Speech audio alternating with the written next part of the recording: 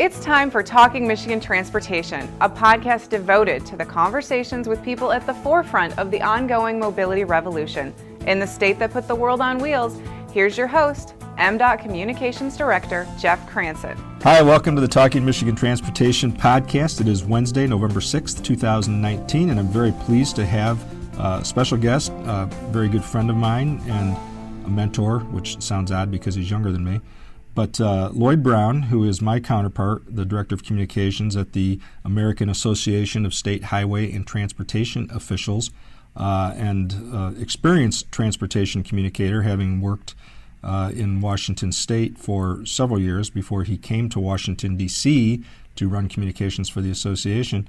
And this week, I want to take on a couple topics. First, the discussion about crash and why that's the right term for collisions and incidents that happen when vehicles run into other vehicles or people or buildings or just about anything, rather than the common nomenclature, which is accident, and why the Associated Press quite some time ago changed their style book to say, let's call these things what they are, crashes, and why others, even before AP made that change, had been pushing for it.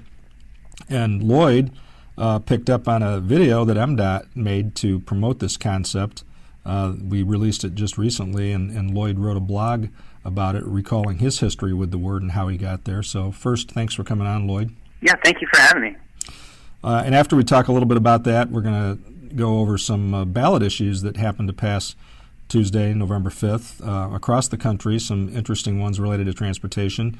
Mostly progressive and some positive things, but not everywhere, and we'll talk about that. But Lloyd, spell out what you did in your blog and why you were so intrigued at MDOT resurrecting this crash versus accident discussion. Well, I was working at Washington State Department of Transportation, and this must have been, in the early 2000s, and I was describing to some executives in a meeting about an incident that was taking place right then on the highway, and I described it as an accident. And I was interrupted and cut off, and the engineer one of the engineers I was speaking to said, "There are no accidents. This is a crash." And I'm pretty sure I rolled my eyes. I'm pretty sure I thought that was a ridiculous thing. But as we began to talk about it, not just then but later, it really did begin to dawn on me that words matter, and how we frame, how we describe situations ultimately can help us understand some context and help us understand some deeper meaning in the whole thing. And while, this isn't a metaphysical conversation, the fact is that these really aren't accidents. These are situations where there are contributing causes, and there, the people are making decisions, and they result in crashes.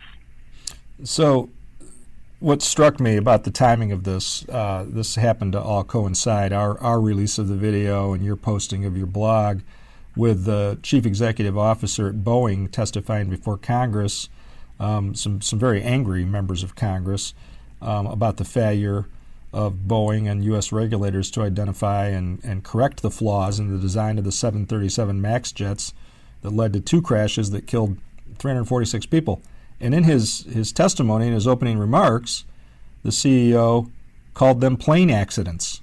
And a long ago discussion about this, a lot of the headlines that you see and stories that were written about this concept of crash versus accident, and some things I've seen on Twitter say, we would never call it a plane accident, let's stop calling it a car accident. But sure enough, he did, and I have to believe that was on purpose. Oh, I have no doubt it was on purpose. There are some very smart people who are working on his testimony, and it does point to the fact that when we call it an accident, we really are letting somebody off the hook for responsibility. And look, it may be a situation where the sun was in somebody's eyes, or it was a wet road, there were other contributing factors, but at the end of the day, when you're operating a vehicle on the highway, there's some accountability when you're behind the wheel. And if we call them crashes, there's accountability. If we call them accidents, things just happen and we shrug our shoulders and move on. 34,000 people a year die on our roads, and it just is too many. At some point we have to step up and say, enough is enough. Let's really start calling it what it is. So, some of the stuff that gets people really thinking about this and why there are groups out there like Transportation Alternatives and Families for Safe Streets, because they've been arguing for some time that accident makes it seem like crashes are inevitable rather than preventable. And in a subtle way, they make the case that it normalizes the crash and it discourages us from looking more deeply into the causes, whether it's alcohol or reckless driving or not driving for conditions, snow, rain, you mentioned wet pavement. The term black ice you hear often in Michigan, and you probably heard that in Washington State. Another complete misnomer, but it sounds like, it's not my fault because there was black ice. So the push has been to at least get that into the vernacular so that people use the right word and say it's their fault, which is kind of what you got at in your blog. But there's really, and you researched some of this in the past, and I think, again, for what you wrote last week, this goes back a long time to when cars were first really starting to proliferate the public roads in the country. And there were a lot of run-ins with other vehicles and with pedestrians, and they were even described in some headlines as killing machines. And they weren't called accidents at first, and the industry, just like the hardcore manufacturing industry before them, went on a campaign to try to make accident the word that people used on purpose so that you didn't think it was because of cars. Yeah, and there are amazingly quite a bit of politics around the finite resource that we call the traveling lane. People argue over who, and I mean people, whether people should have primacy in the roads or we should give it all over to vehicles. And that kind of ongoing debate between people who are advocating for bicyclists or pedestrians versus, let's say, freight or, the throughput of vehicles, that kind of discussion goes on all the time in transportation circles. And they're not easily solved conflicts, but what you're describing is some of the earliest sort of battles that were waged, and ultimately the convenience of the automobile won out over the legitimate rights of the pedestrian, and that's what we're living with today in many cases, and that's where that language comes from. So it's just one more reason why it's maybe a long time coming, but not too late to begin to use the right language when we're talking about the situation. Well, that effort was so successful that it helped, create the crime and the shame of jaywalking. And, I didn't know that history till I researched it, but that was because jay was a term used to describe somebody who was a rube or a hick. It was a pejorative, and so somebody that was crossing outside of a crosswalk was deemed to be a rube, and therefore, it's their own dumb fault. Now, obviously, pedestrians do bear responsibility for their own safety, and we've got, new things going on with technology, just like we do with cars. There's such thing as walking and texting, which can be dangerous in itself. But we've kind of swung the pendulum all the way the other way now, with a lot of cities, a lot of urban areas going to great lengths to make things more pedestrian and bicycle friendly. And I know that's important to you as a cyclist and somebody who sometimes rides all the way in from your home in Maryland to downtown D.C. So, what's that like? Yeah, and then add to it things like e-scooters and I'm seeing more and more of these motorized skateboards and I don't know what those single wheel things are that people are hopping aboard, and they have a little electronic controller, and then they're rolling around. There are all kinds of things that are rolling on the sidewalks and going down the street, and so in the modern city today, it really is something where whether you're a pedestrian or a driver of a vehicle, you have to pay attention and keep your head on a swivel. But competing for that space and being in a situation where everybody has a right to move, and the idea of movement is the idea of freedom, and we want to be able to move freely. All of that comes together, and it comes back into the language we use to describe the situation is loaded, and we have to be careful about it. And I think that it matters when we talk about the different modes, and we've got to be careful. I've worked, with state DOTs around the country, when we're looking at the syntax that's used around some of the transportation priorities within our departments, to do a communication audit of the way that we describe, our roadways and the vehicles, and what is the principal, what is the priority. And almost always our state DOTs are prioritizing vehicles over people. And it's something that you and I've talked about, and I think strongly that we should be talking about people and the movement of people and goods rather than just the movement of vehicles. Well, your association is, has highways in the name, so it's inevitable. Transportation, Jeff. Yes. Yes.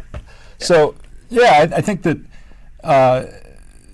to me, this role of people who communicate about transportation is to just be really, really vigilant with media, with reporters, and just remind them every time. And you saw that I did today, and what was otherwise a very good story, very thorough account of what's going on in Congress, and some truly bipartisan support to look at the increase in bicycle and pedestrian fatalities across the country. And the McClatchy reporter, used the term accident. And when I sent him a note about it and said, hey, really good story, but just to be clear, AP style is crash, he right away did a mea culpa, wrote back very humbly and said, you're right, and was willing to correct it.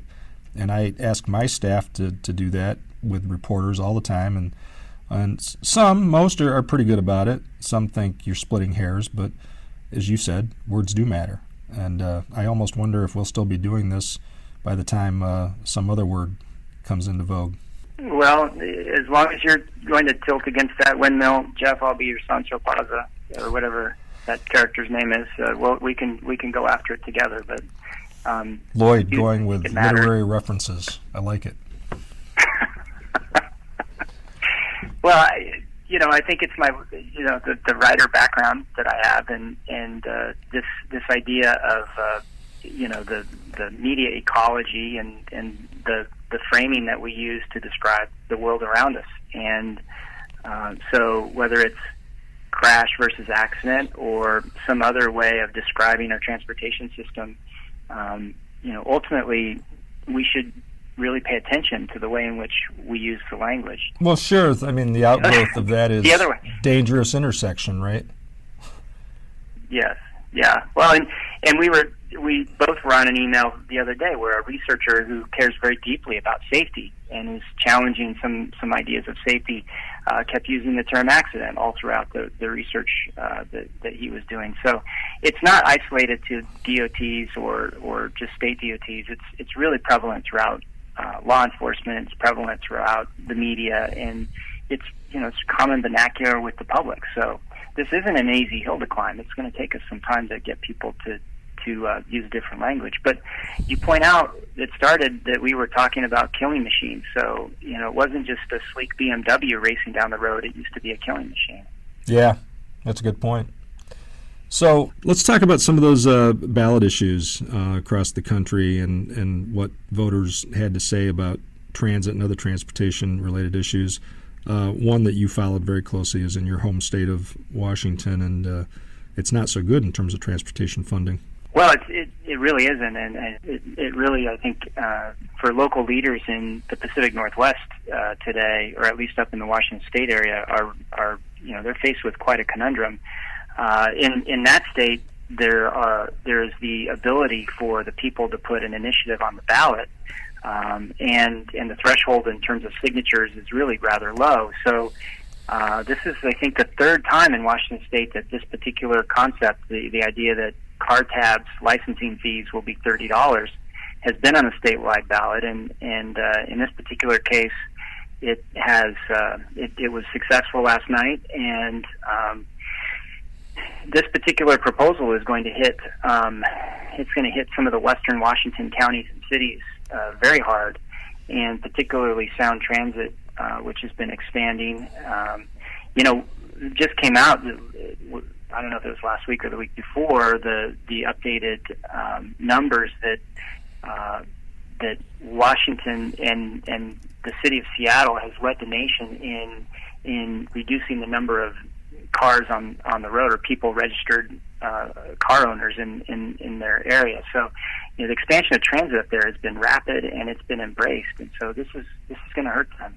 Yeah, absolutely, and it's incredibly short-sighted, but I can see why it easily passes. I mean, that gets into a discussion about governing by referendum or by ballot issue, and whether we elect representatives to use sound judgment and have some courage and make difficult decisions.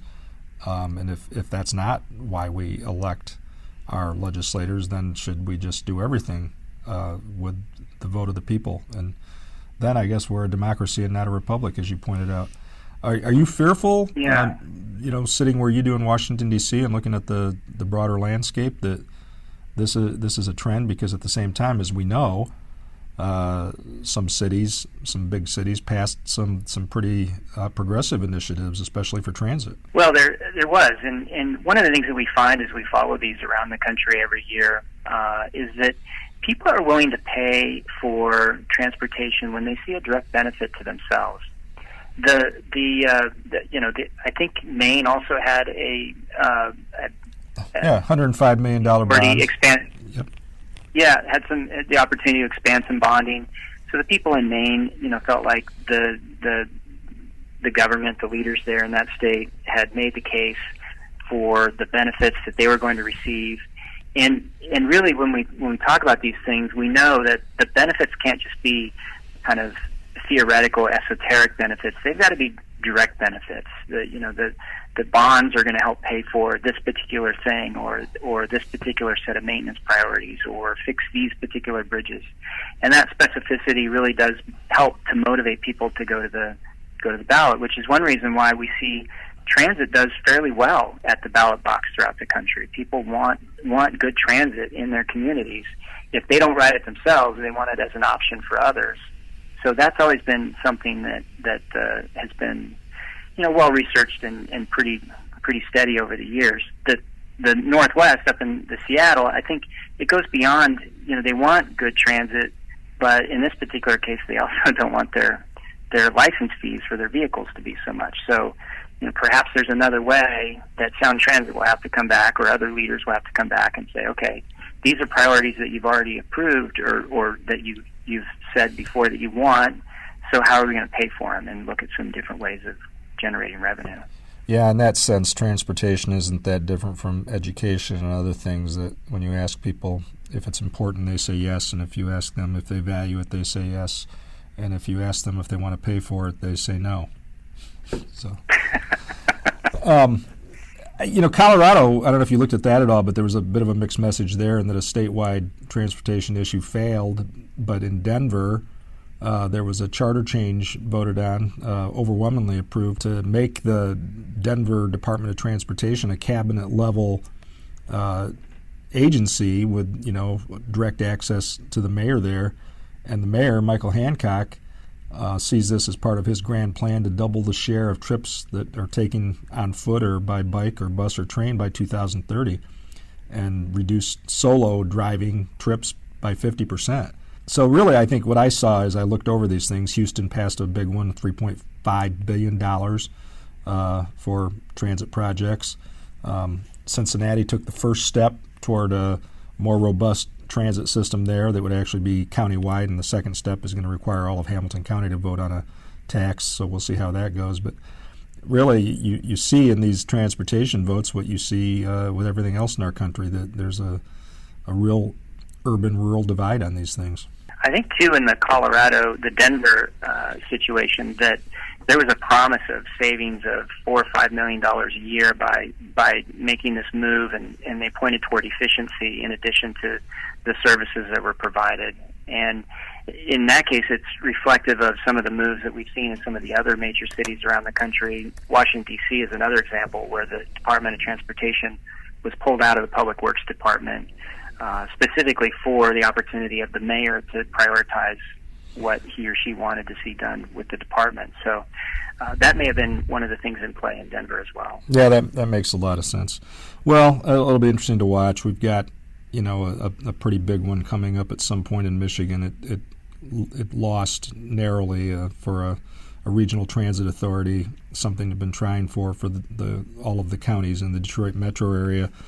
Really, going back to the 80s. In fact, Bill Rustum, who was a policy advisor to Governor Milliken back then, was a policy advisor again to Governor Rick Snyder in the early part of this decade, and he was still championing that idea that we need a regional transit authority to have better transit service in and around Detroit. And I mean, the history of Detroit is the Motor City. It was the last place that, after being early in the advent of streetcars, the idea was everybody should have their own car, and so buses weren't a priority. But now they are, with a lot of young people, with a lot of the growth in the urban center, and it's really a necessity for the job providers, and they get it.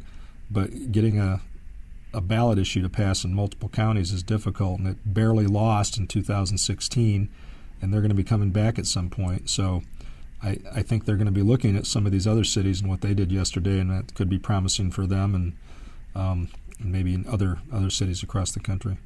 So anyway, thanks, Lloyd, for taking the time to talk about these things. I appreciate it, and appreciate your help with the podcast. Absolutely. Well, thanks for inviting me, Jeff. That's a wrap for this edition of Talking Michigan Transportation. Check out show notes and more on SoundCloud or by subscribing on Apple Podcasts.